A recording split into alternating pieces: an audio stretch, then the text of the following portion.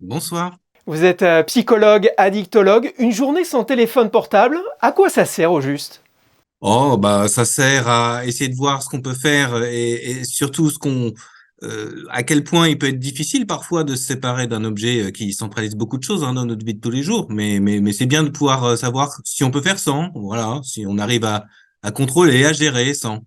Comment expliquez-vous que le téléphone ait pris autant de place dans nos vies?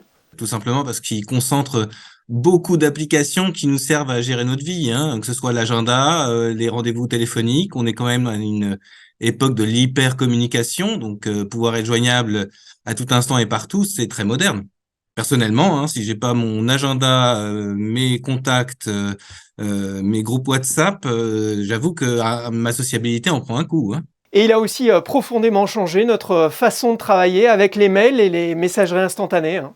Pour le coup, pour parler de moi dans mes activités, si j'avais pas mon téléphone, je serais complètement perdu, oui. On est bien d'accord. Et puis pour vous, en tant que journaliste, j'imagine aussi volontiers. Effectivement. Alors on reproche souvent aux enfants et aux adolescents de passer trop de temps devant les écrans, mais les adultes ont une part de responsabilité selon vous. Elle est évidente. Suffit d'aller dans une salle d'attente de médecin, hein, vous verrez qui a le premier le téléphone devant le nez. C'est souvent les parents hein, qui attendent. D'ailleurs, ça peut être intéressant de voir si on peut pas meubler ce temps d'attente autrement. Quels conseils nous donneriez-vous pour lâcher prise, ou tout du moins pour réduire cette dépendance? Déjà, s'aménager des temps où on peut faire sans, tout simplement, hein, où on détermine, alors soit familialement, soit individuellement, à quel moment il est préférable de mettre le téléphone de côté pour mieux profiter du reste, hein, parce que l'idée c'est aussi de pouvoir profiter du reste surtout, hein, et de réaliser à quel point peut-être certaines activités sont pas forcément toujours indispensables. Et puis en parler entre soi, un peu comme le Dry January nous l'a montré avec la question de l'alcool. Hein. Faire une pause signifie pas forcément être abstinent pour toujours et à jamais, mais simplement voir un peu dans quelle mesure cette consommation peut être plus une habitude qu'un réel besoin ou un réel plaisir.